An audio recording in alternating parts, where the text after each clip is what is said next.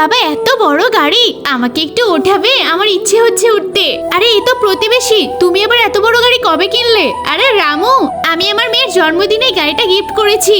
কি এত বড় গাড়ি? বাহ, খুব ভালো হয়েছে গাড়িটা। আমার মেয়ের একটু উঠতে ইচ্ছে হচ্ছে, একটু উঠিয়ে নাও না।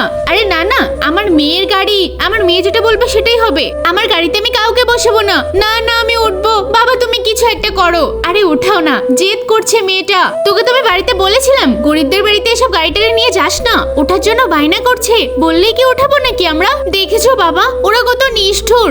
আরে দাদিও গাড়ি চালাচ্ছে, কি সুন্দর ছোটর উপর গাড়িটা। এই তুই কি গাড়িতে উঠবি? বাবা আমি উঠবো। দাদি আমার মেয়েকে একটু উঠতে দাও না। হ্যাঁ দেবো, কিন্তু তার জন্য টাকা দে। কি টাকা দিতে হবে? ঠিক আছে ঠিক আছে, নেমে এসো, দিচ্ছি তোমাকে 20 টাকা। সবসময় খালি ফায়দা লুটতে আসে। এখন আমি টাকা নিয়ে কেটে পড়ি। এই এই এই, আমার গাড়িটা তার মানে তোরা চুরি করেছিস? আরে আমরা কেন করবো? দাদি তো চলে গেল।